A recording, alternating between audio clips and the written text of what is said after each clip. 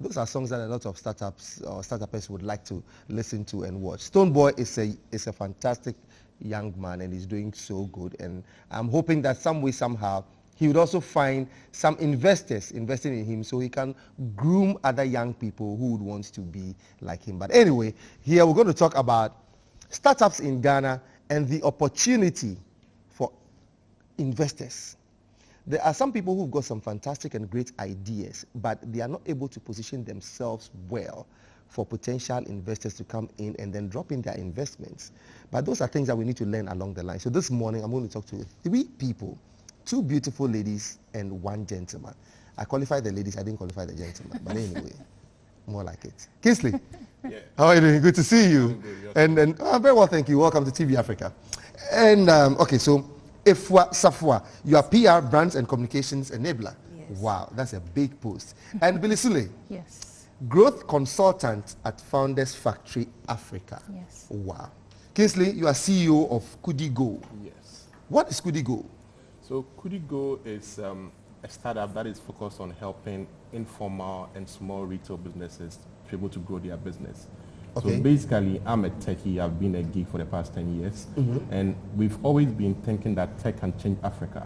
Okay. But when you think about our part of the world, the businesses who make the impact are those in Makola, those in Malata, those small shops out there. Mm-hmm. So we decided to build some solution that they can use to manage their business, and by so doing, help them grow. Okay, so what kind of business module is that? So we have what we call the KudiGO Storefront mobile application, which is an Android app that's on an Android phone, and basically it does everything from managing your stock, doing your accounting, taking payments, and it's simplified so that the typical Makola woman can use it, so that if tomorrow she wants to grow her business and go for a loan from a bank, and the bank says, bring me 5-year financial, she's not lost because she has all that on her KudiGO Storefront app, and we can help her grow her business. So that is where I wanted to draw in Efua, because you are PR and communication. So from those that he's mentioned, Malamata, Agbublushi, Makola, and so on and so forth, we'll see them as illiterate and semi-literate, and then there are some literates in there. So how well versed are they in the usage of applications on phones such that KudiGO is something that they can work with?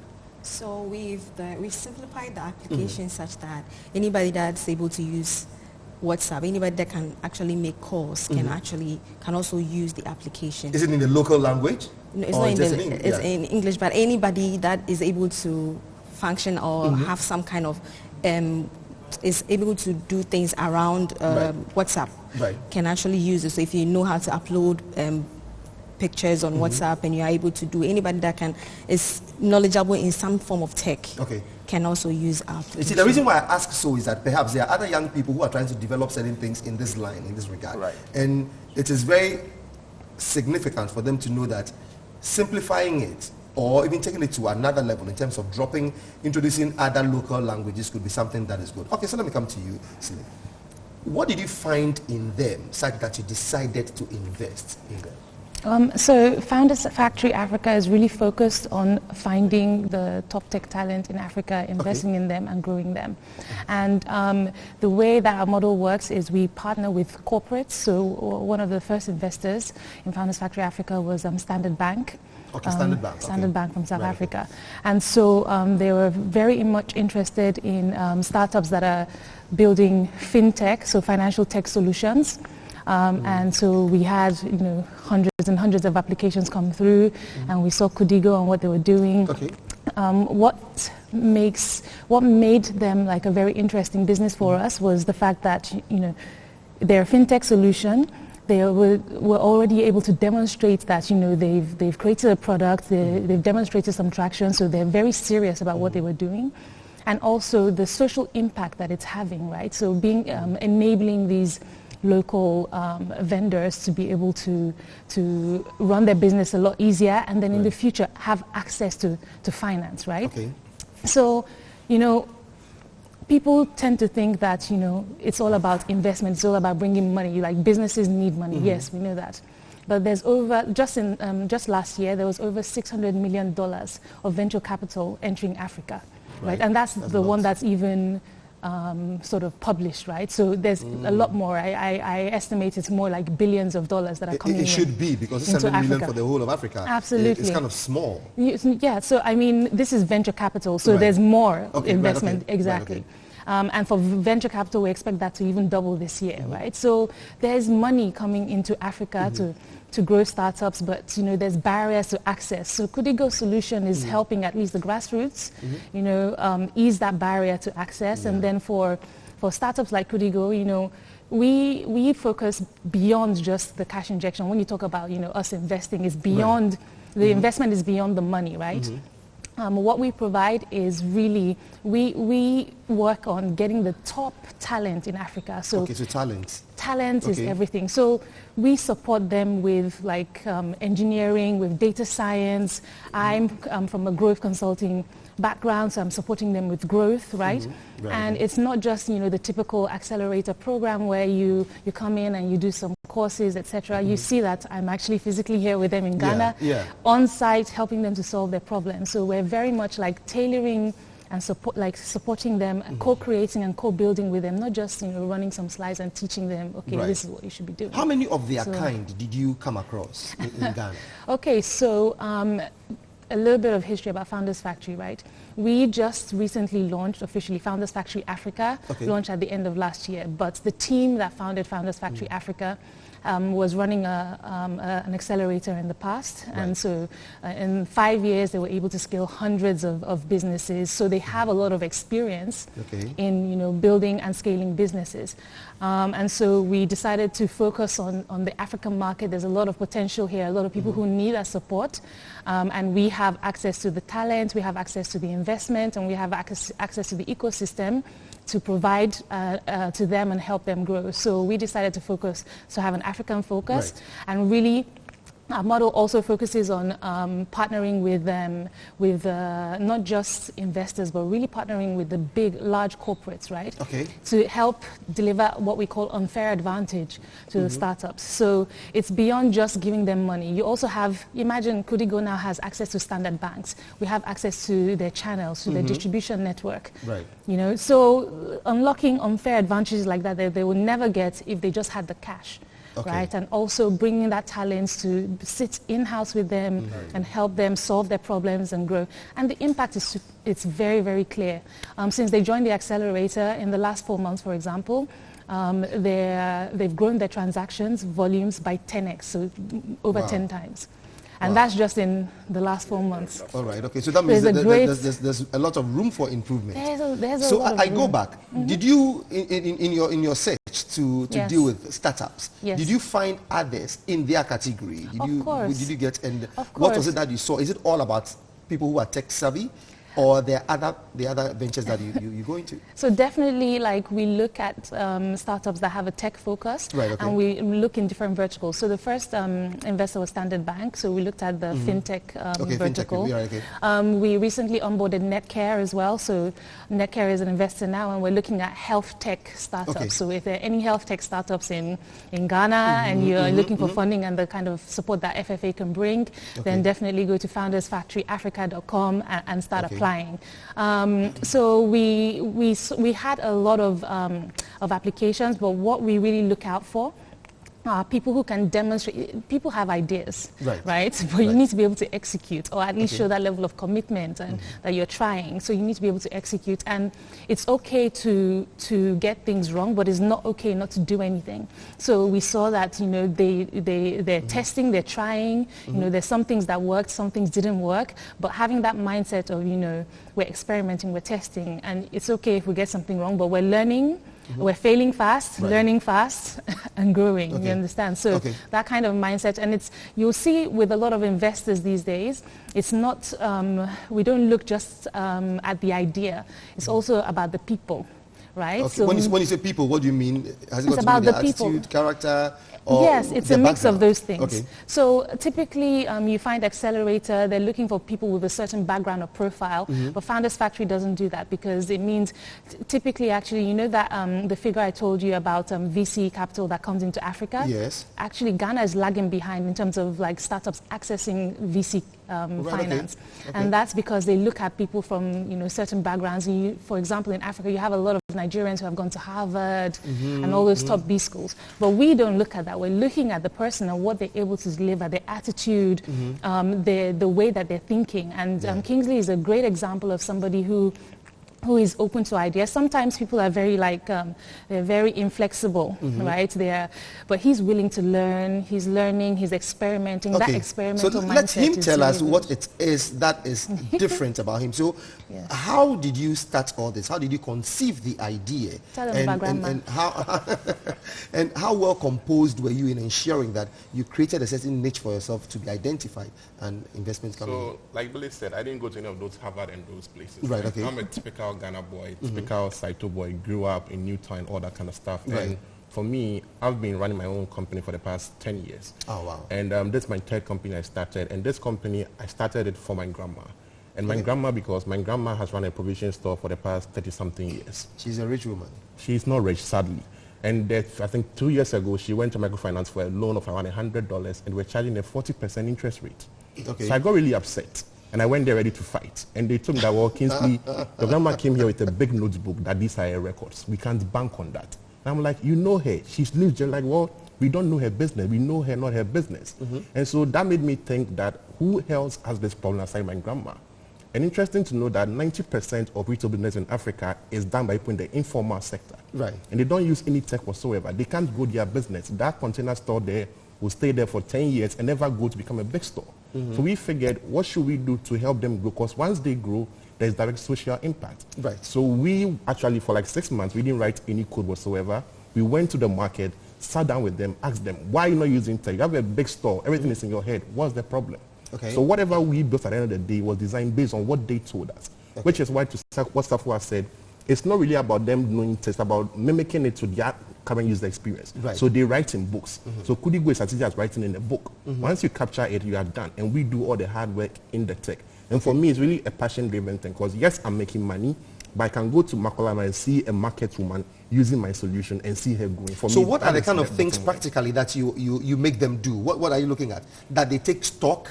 That they check what the sales for the day? What is it that you look at for? So typically, if you go to any store right now who has no tech whatsoever, she has a book that she records, okay, today I bought 15 cartons of milk. This is how much I saw at the end of the day. Right. We are just saying that what you are doing in the book, transfer it onto KudiGO storefront. Okay. So she goes there and says, okay, today I've sold 1 milk, 2 milk, 3 milk. This is how much it costs. And it's all in 3 easy steps. And we do all the hard work in the tech itself. So everything she does in 3 steps, in the tech is about 20 steps. Because we are recording that as a financial transaction, keeping her books for her, updating her stock, inventory, all those things are done by the tech itself. So she just focuses on how she just captures things 1, 2, 3, and then we capture all the data in the background for her. So that when she needs that data to grow, it's already there. So is that not too tedious? Is it not too tedious for me? So I sell 1 toffee, then I go and write sold 1 toffee. Yes, give me this biscuit, and then I go and write biscuit. This that is that what it is? Well, that's not the typical user experience for that person. Okay. There are some people who record it at the end of the day, because again, it's tailored to their user behavior. If you are such a business where you record it as you do every sale, that's how you do it. Okay. If you do it at the end of the day, that's how you do it. At the end of the day, all we are saying is capture the data in a way that every stakeholder can verify and say, okay, actually, you didn't sell this on this day. Right. And that's how we can help you grow. Okay. So it's very bespoke. It's not that you have to do this every other second. No. And what has been the solution? No, not the solution. Or what has been the result of what they have experienced coming from you? So let me just answer a bit of that. Okay. So in the past 8 months, we've acquired over 1,600 businesses in Ghana and Nigeria, and these businesses are doing thousands of transactions daily. Now, what that helps them do is that they now know products that are expiring before they expire. Okay. They now know which suppliers are giving them outrageous rates. For those who even are not at the store physically, they can now monitor and see this person selling for me, that is selling for me or not. Last week, I had an issue where a woman at Mokola was able to find out they've been selling for her for the past 5 years. Because every day they tell her what they've sold. And she was like, Kingsley, I'm like, this is right. She's like, then that means, well, that's what it means. Exactly. You've been losing all this money. So really, the insight is tremendous, and they love it. They honestly love it. Wow. So to what extent are they supposed to go for you to keep on supporting them? And is there a cut-off point that you're going to drop them and say, okay, you are now on your own, manage it? And is there any instruction that says that as you are growing, try to pull along 2, 3, 4 others. Is there anything of that sort? Okay, so I wouldn't use the word drop, but okay. the accelerator program lasts for 6 months, but we're very flexible. One thing about Founders Factory is we don't have like a one-size-fits-all solution, right? So, you know, we really try to support and grow the business. It's in our interest to really support and grow them. Right. So they have like full access to us like during those 6 months. And what we also do, and what I've already been talking to KudiGO about, is okay, so after those 6 months, like what support do you need? And making those connections and network connections to make sure that they're able to have that continued ongoing support, like once they exit the accelerator. So, and also even when we are supporting them at this stage with their growth, with their tech, etc., we're not looking at, okay, what are you doing in 6 months? We're looking at, okay, what's the broader horizon, right? So where do you want to be in 1 year, 5 years, etc.? We're making sure we're laying all the infrastructure and all the support and the basic things that they need to be able to hit that goal.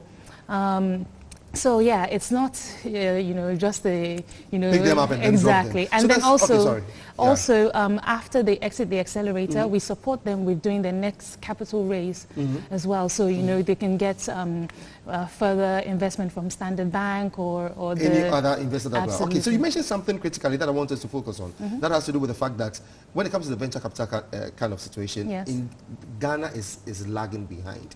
What is the reason?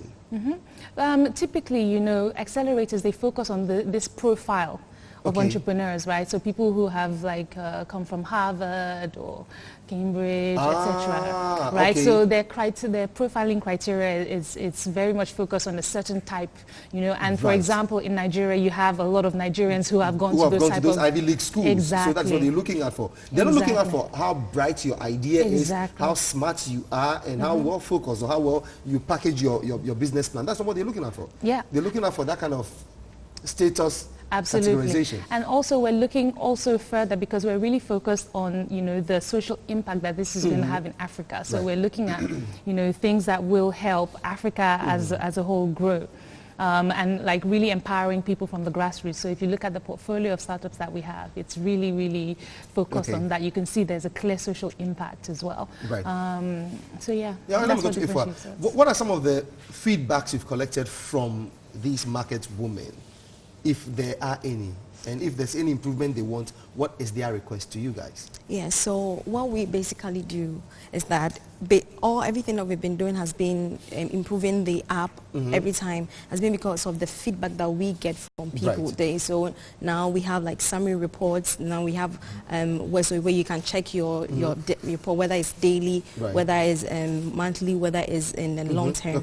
And then we also have, and these are all feedback that we got from them. We also have what we call the back day. Some people, like Kingsley explained earlier, that people would have to write it and then input those data later.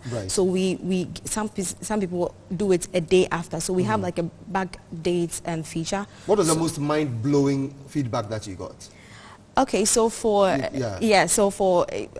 we've got one from one of our customers, Lashik. She was having issues with her inventory at the end of the day, because she goes out and has a lot of meetings and she comes back and inventory is a problem. A problem from her. She's not able to control the sales in there because she sells a lot. So she being able to do that and being able to manage a store while she's out of the office has been one of the tremendous advantages. Anything you want to say to this guy young ones at Timber Market who Baba Smiler, and when I engaged him 2 years ago, he had this small tabletop thing. He was just selling nails and all that kind of stuff. And he religiously used that system. And as of today, he's been able to open an actual physical store in Timber Market. And he is like it's like Kingsley, I will go anywhere with you to talk about this because he has seen it work for him. And he didn't really have to pay because it was on the free version and he used it religiously. And now he is a living testimony of what the solution can do if you focus on growing your business. Look, that is KudiGO. Finally. We have also 30 add to seconds that. To go, people who sell on Instagram as well, right? They're finding this solution very useful because because it's usually like, you know, direct messages, etc. Now they can actually track their sales. And then looking to the future, right? All this data that we're aggregating and, you know, with the involvement of Standard Bank, in the future, these people will be able to access loans to further grow and drive their business. Wow. So that's a big benefit. So you just heard Billy Sule. She's the growth consultant and at Founders Factory Africa. And Kingsley Abrakwa is the CEO of KudiGO, and Ifwa Safwa is PR Brands and Communications Enabler. Thank you so much for coming on the show. Thank you so much. I appreciate the fact that you've been able to put out there what young ones need to see and follow suit. And congratulations to you. Thank you so much. We're looking forward to you getting more funds and coming into Ghana and helping lots of startups. Especially the health tech startups. If you have them in Ghana right now, go to foundersfactoryafrica.com and start applying. Foundersfactoryafrica.com and then get it in there. So one young man called Rick Nate is doing same. So he actually put this together for me. Oh, nice. And yeah, this is GTP. GTP is my sponsor. Okay. So Rick Nate is the one, he's a young person, and he's also got a startup company that is doing this. So 024-768-1487. 024-768-1487. Go in there and look splendid. Thanks for coming once again. Thank we'll you be right for back with us. Rosling on The Fringes.